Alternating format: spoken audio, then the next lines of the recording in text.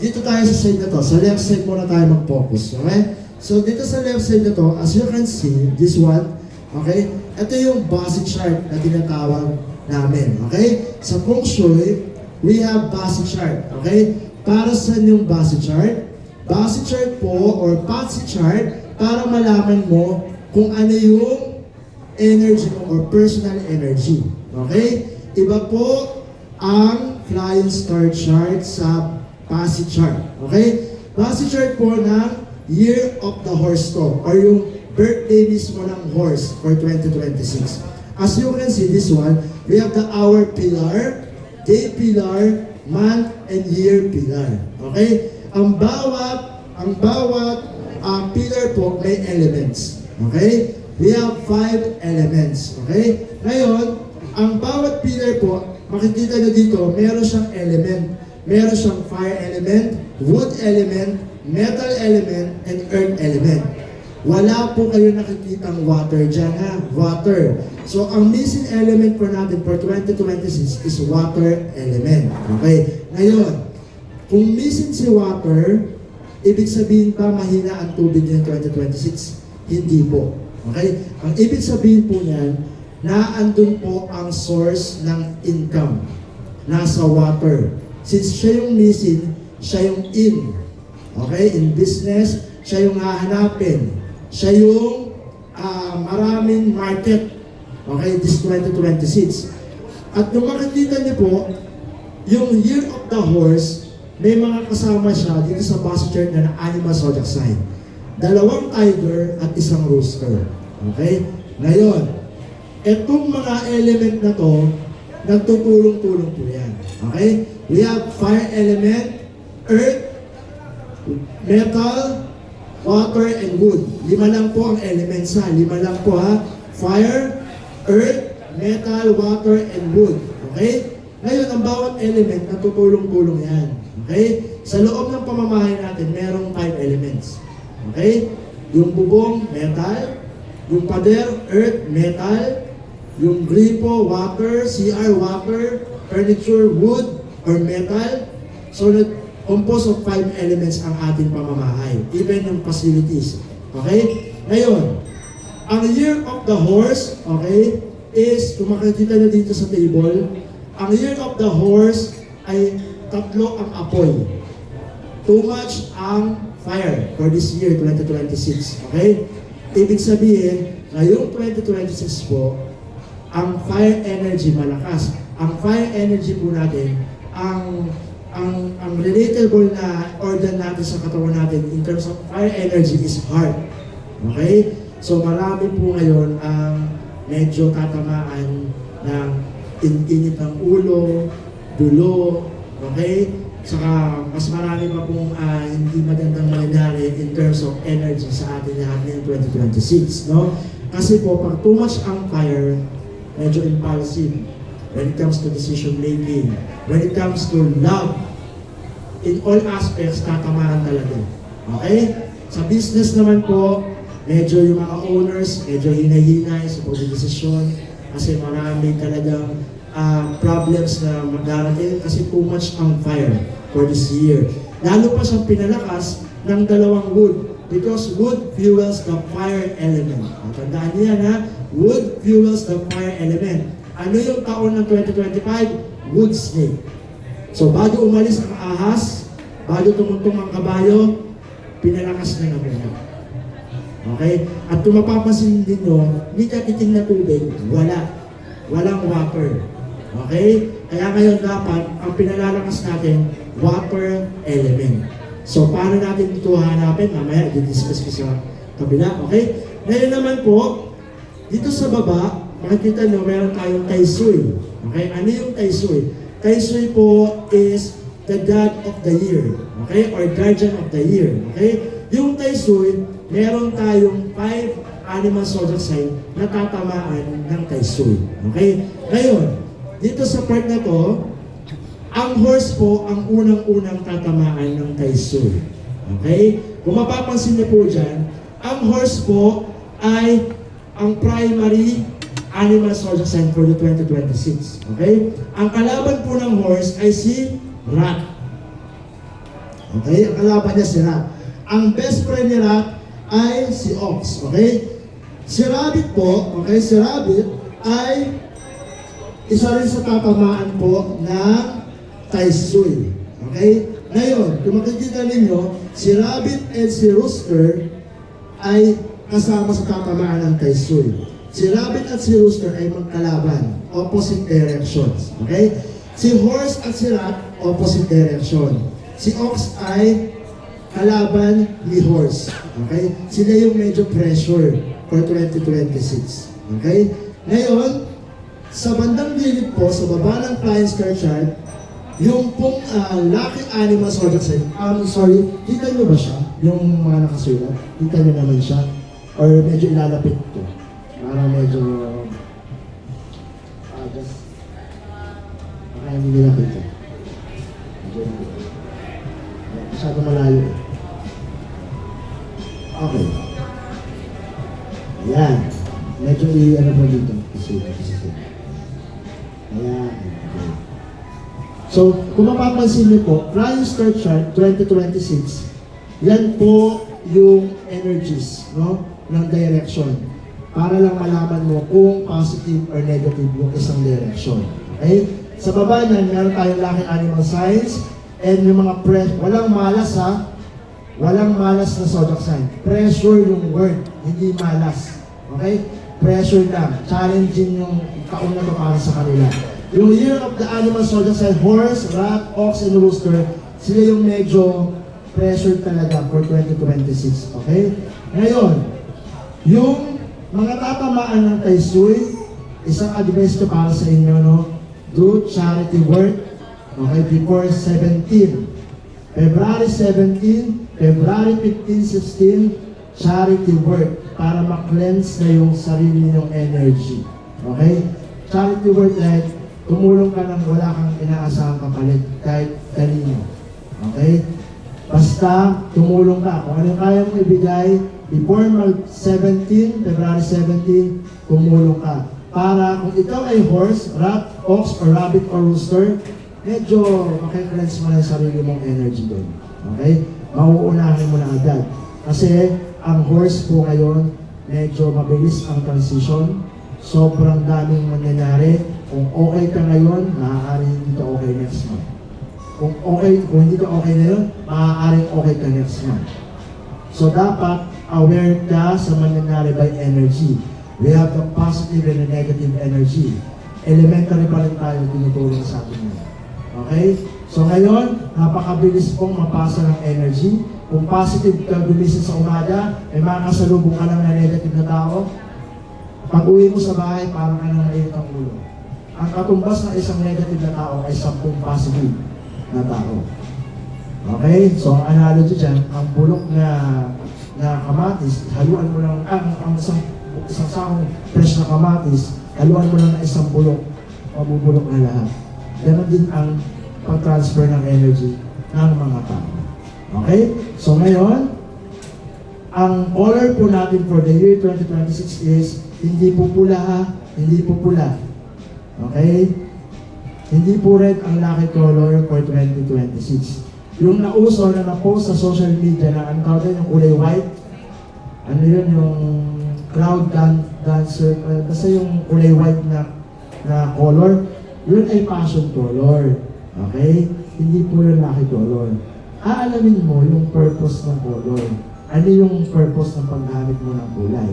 Wala rin pong bawal na colors. Tatandaan niya na yung mga nakikita nyo sa social media, kasi sabi bawal yung ganito, bawal yung ganyan. Wala po. Dapat alam mo lang kung paano mong gagamitin yung mga kulay ng damit. Kasi may mga damit na nakakapagpaboost ng energy mo. Meron nasasabi na pangit daw ang black. Pero pag nagsuot ka ng black, iba yung aura mo. Kumbaga, sobrang confident ang aura mo. Okay? So may mga colors na tama para sa'yo. Based on your element, based on your birthday, based on your aura, okay? Based on your energy. Okay?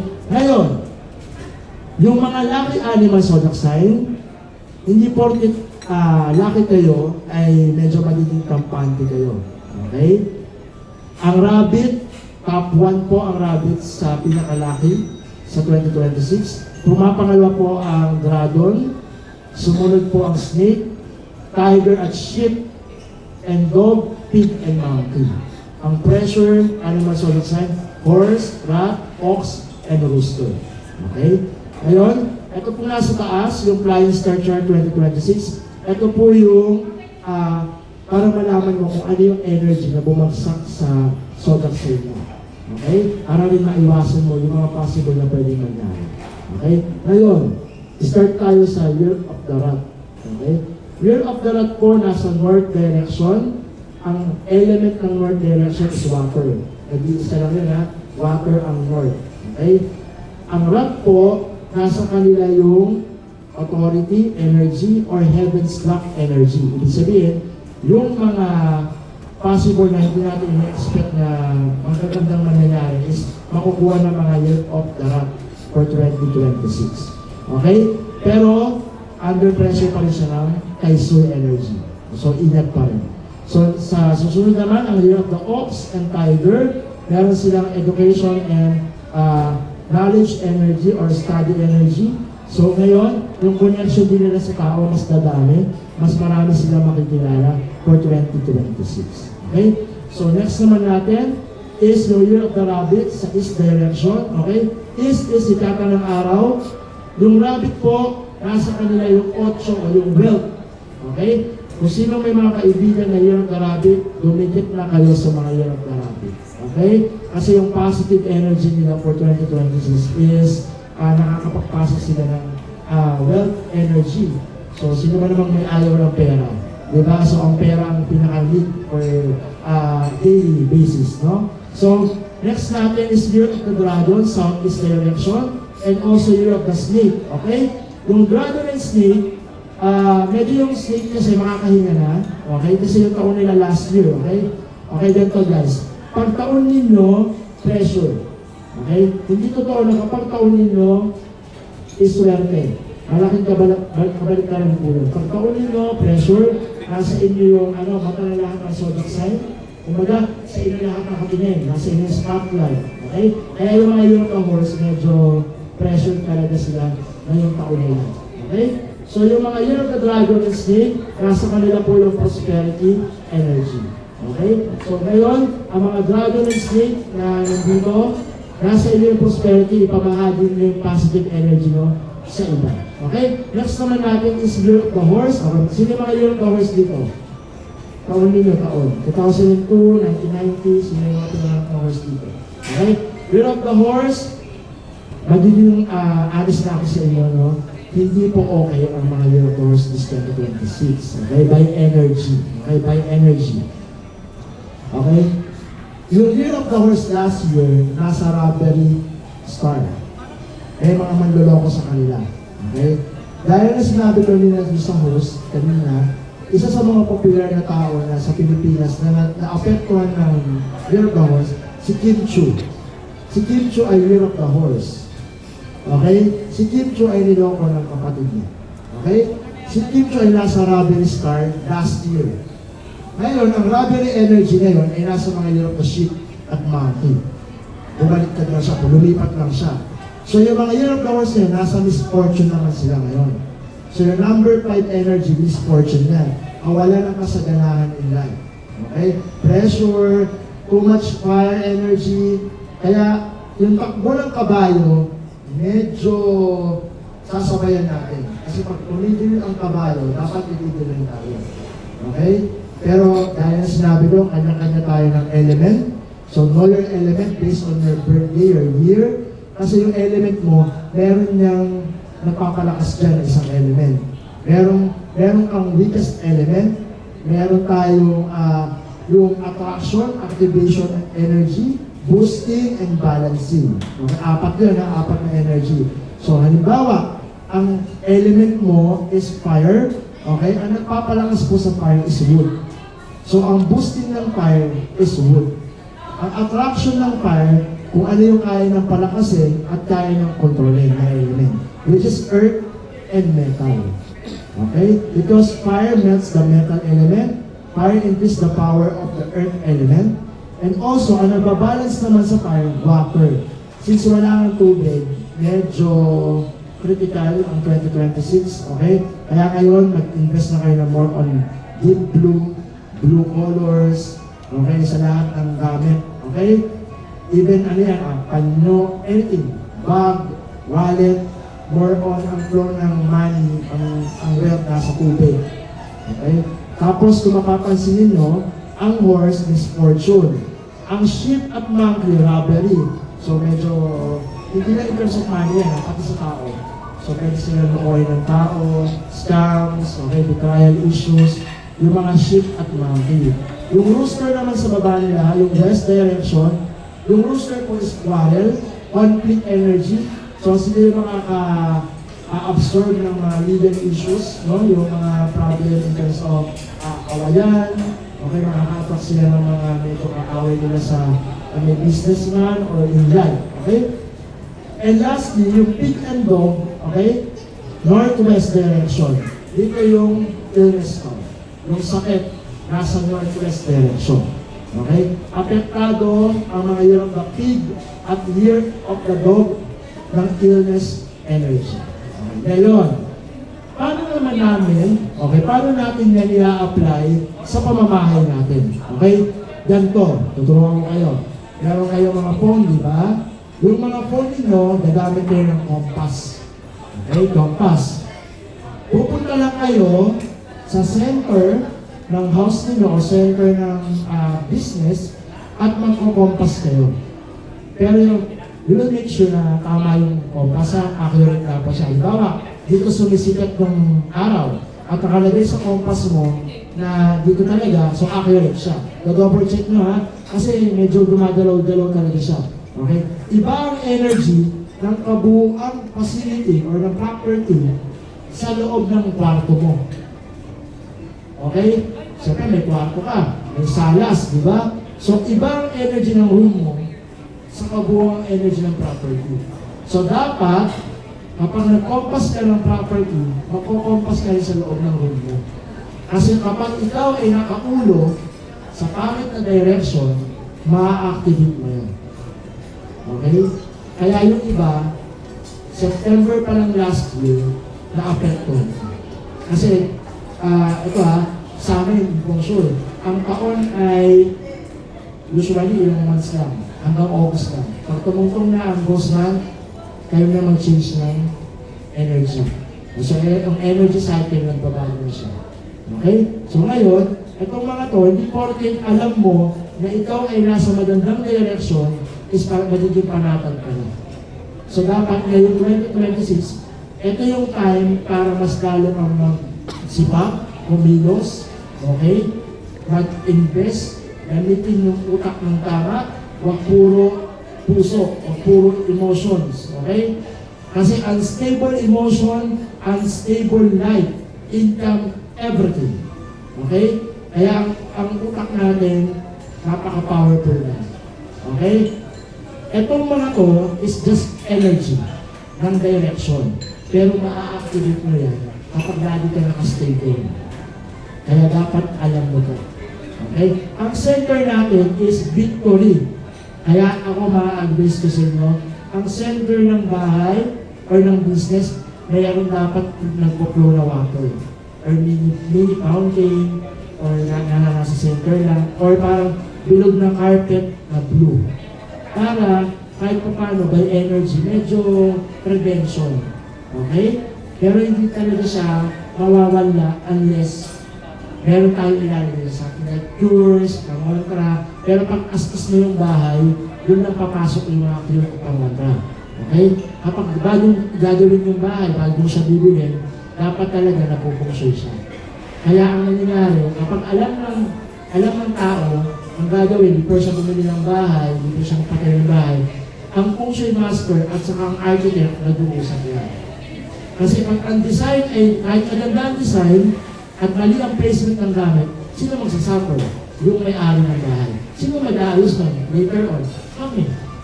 Kami ang tatawagin. So dapat pala, before mag-start na pagpapagawa ng bahay, bago lumipat, na-check na namin. Kaya karamihan ng business owner, bago itayo ang building, nagpapapunsin talaga. Kasi meron tayong permanent lucky direction. Based on your base chart and your kuha number. Okay, meron tayong permanent calculate direction and back direction. Okay? Bukod pa yun sa client's card siya. Okay? Pero kasi yun ay kinukompute ng mga function master. So, critical siya. Okay? Ngayon, lucky colors, silver, gray, white, metal color na nagpapalakas sa water. So ngayon, invest na sa gold, invest na sa silver. Okay? Invest na sa mga alas. Okay? Kasi nandun yung source para lumakas din ang water element. Okay? Because metal element increase the power of water element. Eh kapag mahina ang metal, malakas ang fire. Kasi fire melts the metal. So dapat ang metal palalakasin natin para lumakas ang tubig. Ngayon, kapag ang tubig lang, puro walang metal, lalakas ang wood. Eh ang wood fuels the fire. So umiikot lang siya. Yung cycle ng energy. Okay? So Feng Shui is science. Guys, science ang Feng Shui. Kapag ang Feng Shui master o Feng Shui expert ay nagtatarot reading, hindi yung totoo. So ang Feng Shui is my basis. May computations. Okay? Ang chart namin may computations. Okay? Lucky numbers for 2026, 8, 9, 1, 7, and 6. Matandaan niyo ha?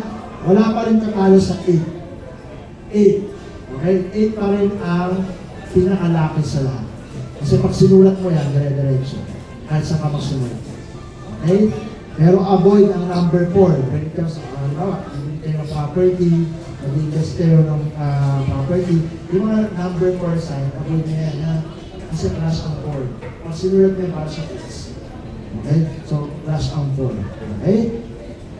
So, any questions regarding sa simple discussion? May mga tanong po sila? May gusto kayong malaman? Personal energy na, personal chart. Okay? Again, kailangan alam mo ito. Napaka-importante na alam mo ito, ha? Napaka-importante. Pwede na itong picturean na, pwede na itong kunin dito. Para sa mga Year of the Horse, doble ingat. Hindi ko na kayo susulat ito, no? Pero marami nangyayari dito for 2026. Okay? By energy. Okay? Sheep and Maki, Rubber Star. Rooster, medyo magdalmado. Huwag masyadong mainit ang ulo kasi mag-aatro kayo ng mga kaaway nyo this year. Okay? 2026 mga year of the pig and dog, illness time. Okay? Illness time sa mga year of the pig at saka sa dog. Okay? Ito, yung illness time na to, alamin din nyo kung saan kayo nakaulo, kung natutulog kayo. Kasi ina-activate niya yan. Ina-activate niya yan. Okay? Ano ang pagkakaiba ng astrology sa Feng Shui? Kapag nagpa-check up ka sa doktor at sinabi ng doktor na ito ang mataas ang uric acid mo, ganyan, yun ay astrology. Findings. Ano ang Feng Shui? Kapag nag-reseta na ng gamot, yun ang Feng Shui. Yun ang pagkakaiba, ha? Baka ganito kasi kayo, ha? So, ang Feng Shui is yung solution. Feng Shui is more on energy, direction, pasok ng energy sa bahay. At totoo siya. Meron tayong mga right colors para sa atin. So just know your element. Okay? Nasa birthday niya yan. Okay? Pwede nyo siya i-search, pwede nyo siya alamin. Then, ang 5 elements naman is pwede nyo i-apply. Yung tinuro ko kanina, 4 energies, activation, attraction, boosting, and balancing. Okay? Any questions? Okay? And favor, you can follow me dito sa Facebook page ko and sa TikTok ko.